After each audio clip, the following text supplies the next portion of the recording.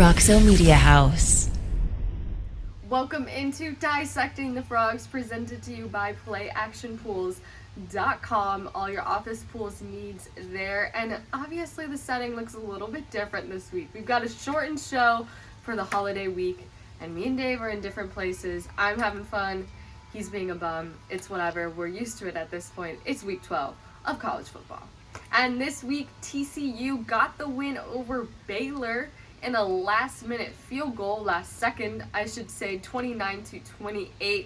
And in the post-game presser, both teams, everyone just talking about how they run this play every Thursday. It's called Bazooka, and let me just tell you guys, they were calm and cool and collected when they were running it.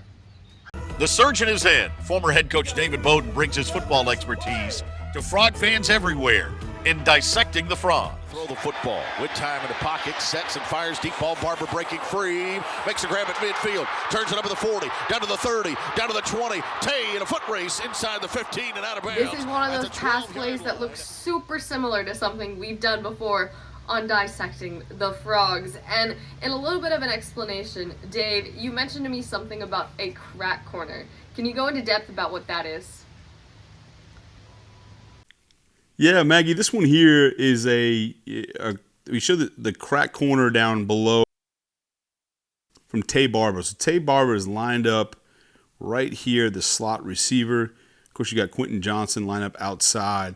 And so when you first see this thing, it's play action pass. You can see that up top. So it's play action. Max does a good job keeping his eyes downfield as he then resets for depth. Okay, and they've done this a bunch where they've run this deep cross across the field and then gets vertical on this side here. Well, you know, Baylor actually, you could tell they think it's the same exact thing. At first, I thought this might have been a busted coverage from Baylor where, I thought it was just a simple split field coverage where, you know, on this side, they were running a two deep look, which is cover two, hard spot corner, who squats there, and then this safety has a deep half of the field, and then you run cover three on this side with a deep corner, this guy in the flat. The problem is you have no safety to funnel it to, meaning there's no safety in the middle of the field, you know, which may work. Okay, occasionally if you do something like this in a split field coverage, the safety rotating down the middle will take this one vertical. Okay, the problem is I believe initially that he sees this as one of those same railroad routes that I just talked about, that deep cross that gets vertical, that TCU has showed quite a bit up until this point leading into this game.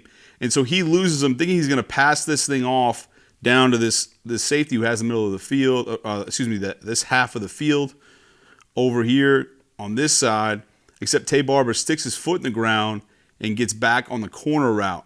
Okay, this one corner who's backpedaling, he's got Quentin Johnson who works to the shake route, which is that skinny post, and clears this thing completely out. Now he's trying to get back in phase. He doesn't even see what's going on behind him. Tay works his way here, and what happens is they deliver a strike for 77-yard gain. Huge play. And again, you know, nice job in terms of play design by Garrett Riley by showing something very similar, something they had a lot of success on, and just having a nice wrinkle off of that to come up with the big gain.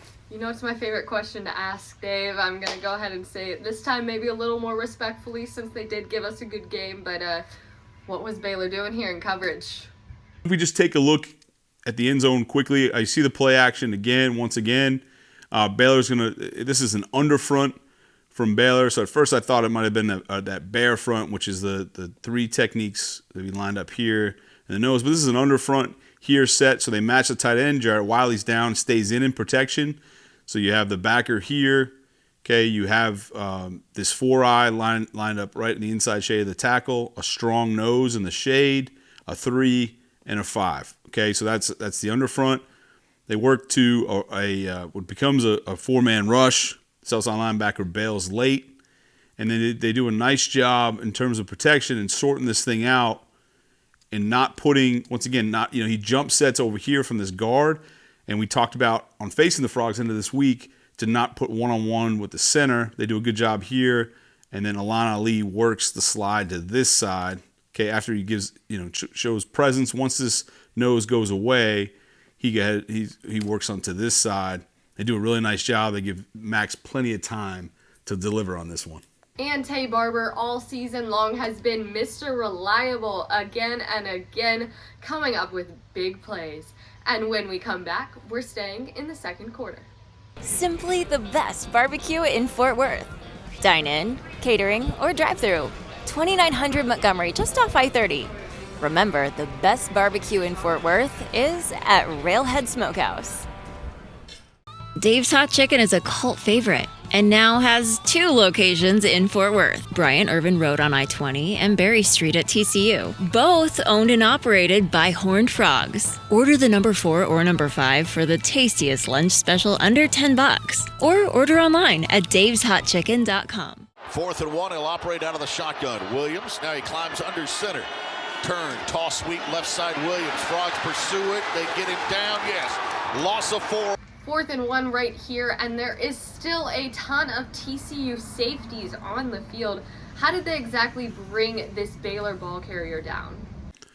Okay, yeah, Maggie, they do. They still have safeties on the field against a real heavy look here on 4th and 1. This is a big-time stop for the Frogs, and so you're going to see they actually, the film cuts on late, but they were in a muddle huddle, or with otherwise known as some sugar huddle, where they're close to the ball.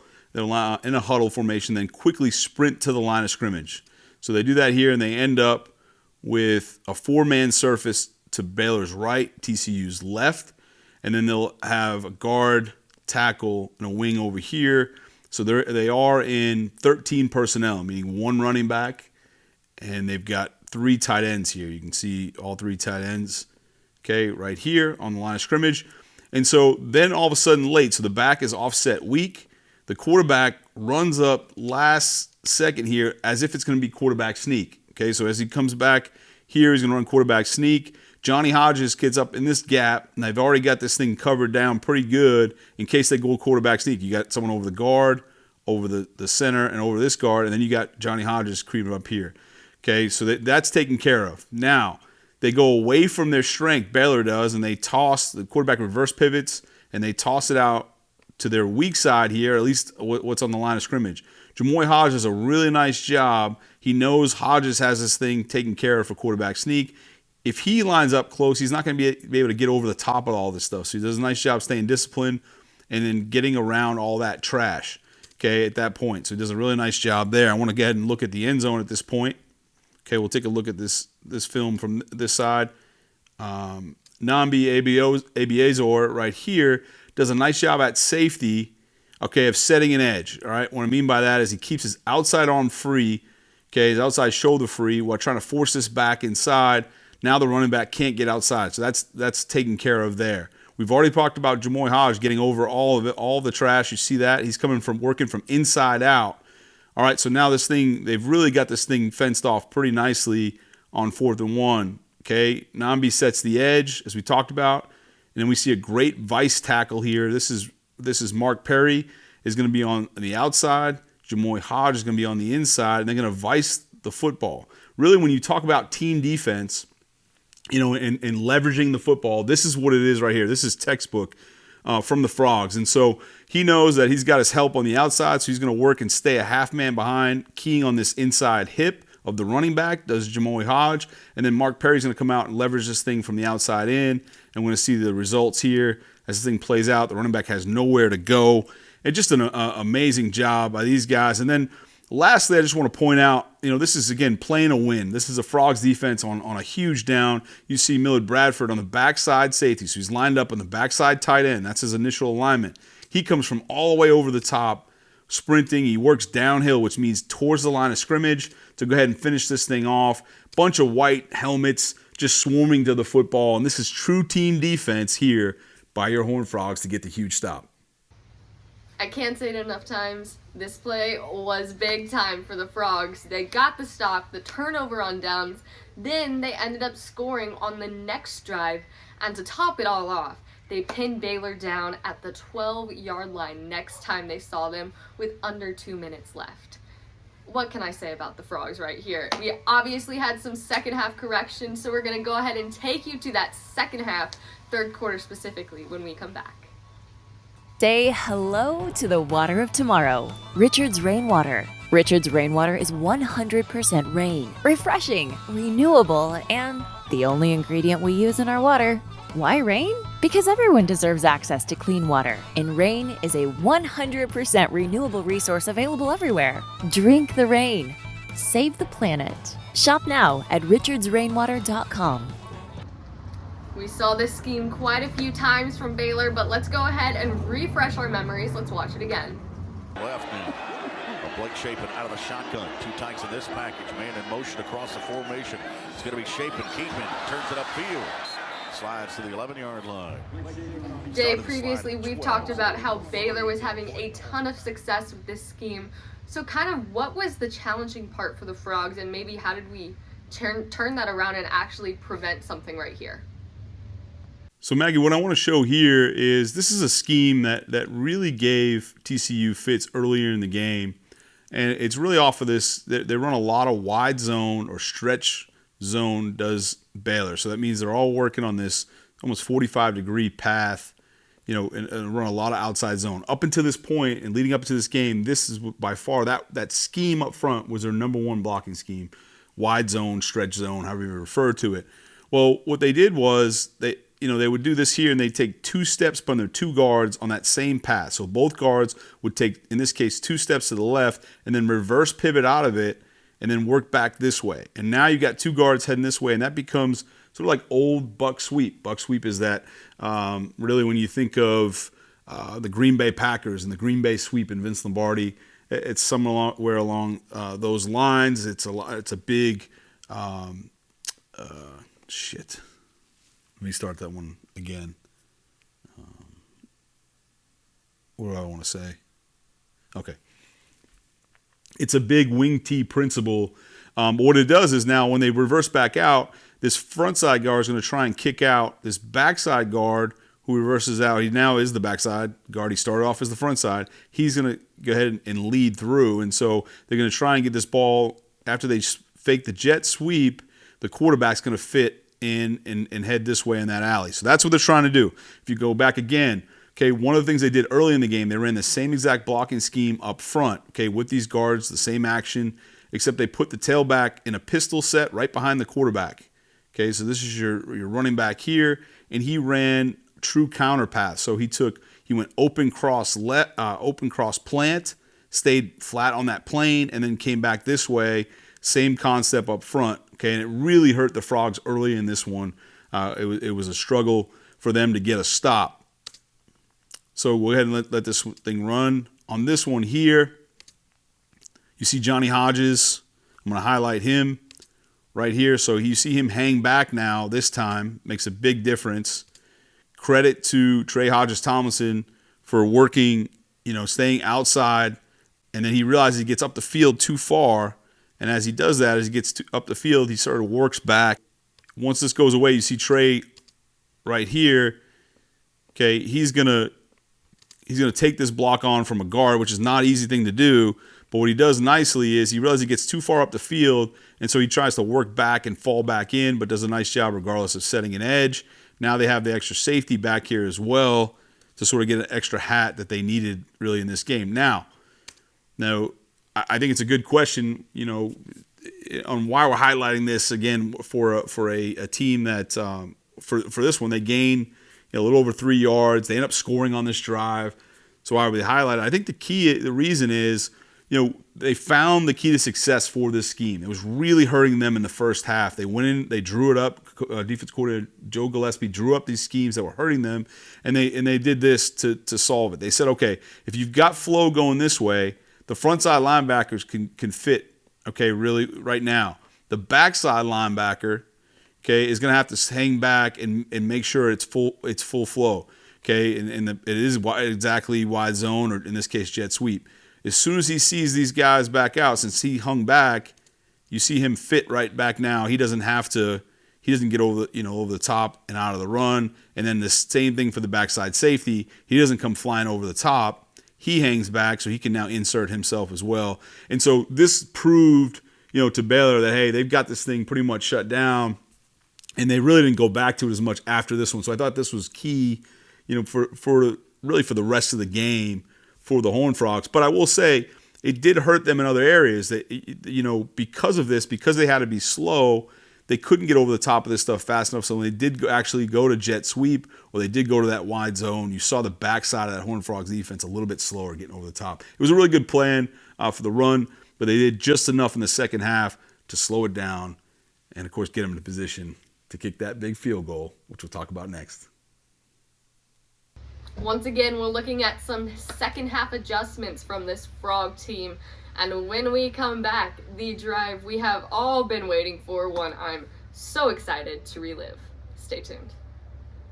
Texas-based Happy Water offers the best-tasting, sugar-free kids drink ever made. Happy Water comes in 4 delicious flavors that you can find at local retailers and on Amazon. Each pouch contains 0 grams of sugar, 0 calories, and 0% juice.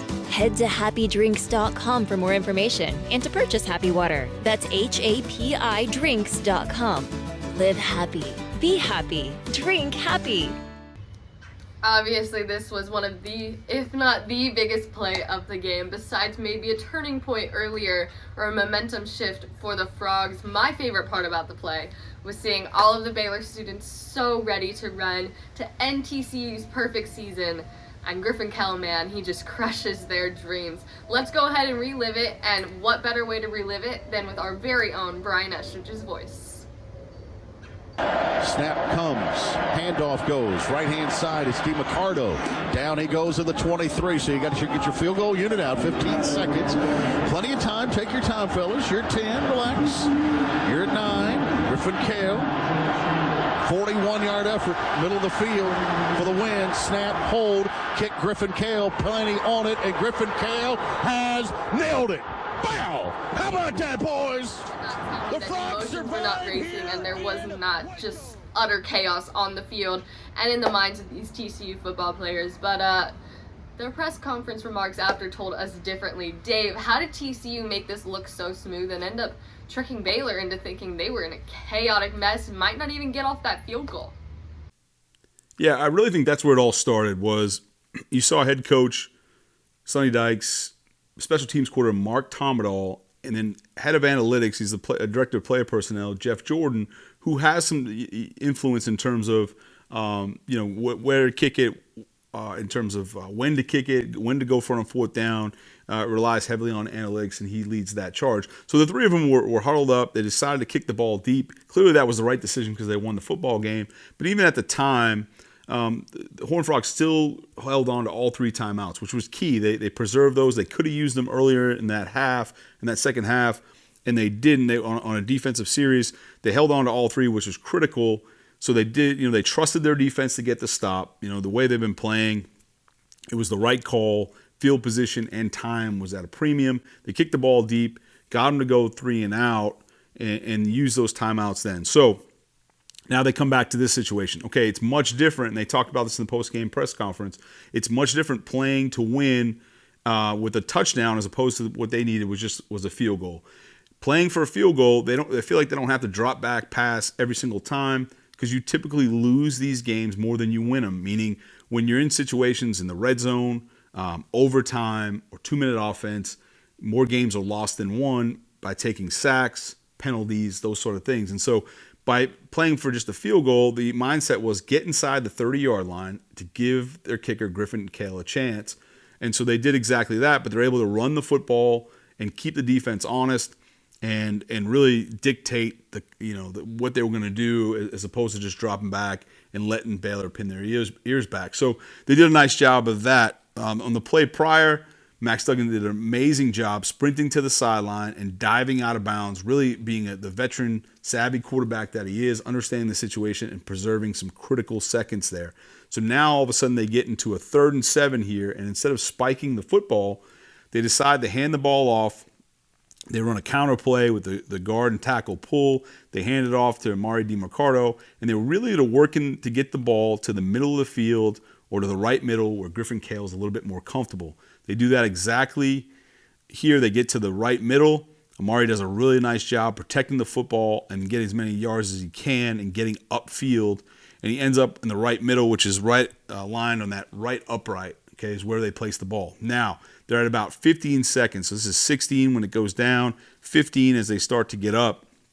And you'll see they go from here, excuse me, and as soon as they get down, now it starts. The call was bazooka. Okay, bazooka is their emergency kick. That was the call for the emergency kick. And you see everyone run off the field. Really, it looked chaotic, and Coach Sonny Dykes talked about this, but really for them, it was calm because they had practiced this every single Thursday, and so it really wasn't an issue. As soon as they went down, they had practiced this, again, all during camp, once a week. You see Griffin Hale come on late. The nice thing about him, he was over kicking on the net, didn't even hear the bazooka call. He thought they were going to spike it and have some time, but it worked out well because as he ran out here, he looks to Jordy Sandy. He doesn't have time to step it off. Normally, when you do that, you come in, you take 3 steps back, 2 steps to his left, and that would be his alignment. Doesn't have time to do that. They want Jordy Sandy to look back at Griffin Hale at 5 seconds to check, and they want to snap it with at least 3 seconds on the clock just in case something goes wrong. And so they do that here. It's about 3.5 or about 4 seconds when the ball actually gets snapped. They do a really nice job of executing the kick itself, of course, and the game winner. And the rest is history. The Frogs remain 11-0. So did a really nice job. I want to look at the end zone. One thing of note here, once they finally get lined up, everyone gets set. They do a nice job here getting set. On this side here, you've got Ware, the tight end, does a nice job. Last week or the week prior against Texas, they had a field goal blocked. And what they did was, they've got to make sure this wing has a really tough job. Okay, he's got to be able to be powerful enough to rock in and take care of that inside gap inside of him, and then quick enough to get anything outside or just get a chip on the outside, because you got to take care of this first. And that's where they had a leaper from Texas last week. They took care of business. Rob Rochester here is the extra lineman playing tight end in this. Does a really nice job taking care of, because this is the block side for Baylor is over here, and then this would be typically their scoop side.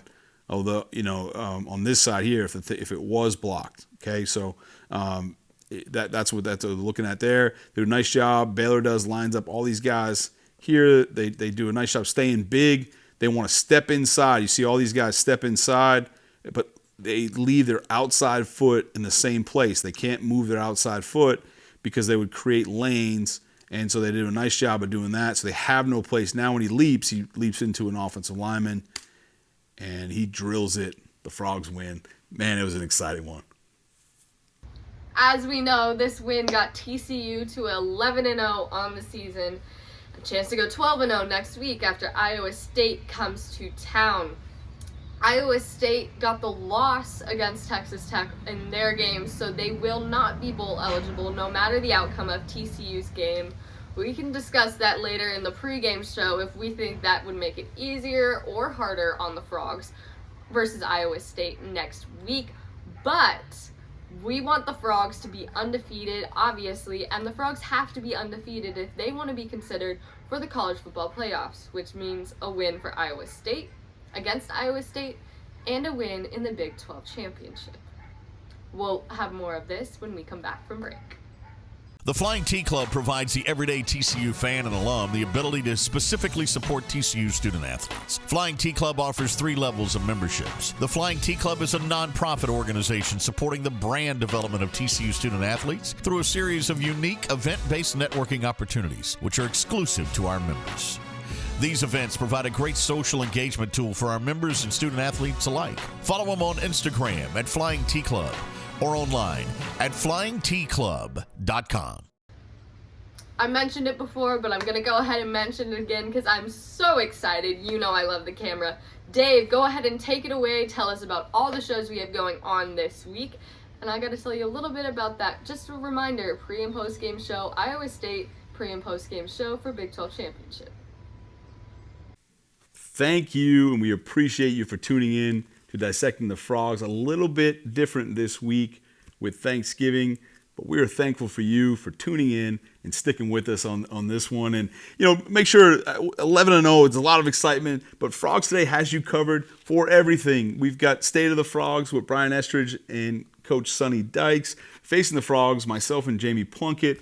Then we've got Frogs Today with Brian Estridge. That'll be on Friday. That's a big one coming up to preview Iowa State's going to have some really special guests stop by, so you definitely want to check that out. Then go to frogstoday.com. Jeff Wilson, Jamie Plunkett, Melissa Trebosser, Drew Davison. There's a bunch of great written content that you want to make sure you check out. And then for us here, make sure you like, share, subscribe, ask some questions. Let's engage and talk about some things. There's so many things that I can learn as well, and it's just a lot of fun to talk Frogs football with you. So I appreciate you hanging in. You guys have a great Thanksgiving. We will see you at Amon G. Carter this Saturday. Stop by for our pregame show. We'll have a postgame show there as well. Really look forward to seeing you. As always, we want you to like, share, subscribe, comment, ask questions. Dave really wanted me to emphasize this. And, I have a very interesting personal life. He doesn't really. So, honestly, if you have personal questions for me, I would accept those as well. I'm allowed to say this right now because he's not next to me to nudge me after this camera shot. So, as always, thank you for joining us. And stay tuned for next week's show. All the shows we have coming up for Dissecting the Frogs. I'm Maggie Hale, kind of alongside Dave Beaudin. Roxo Media House.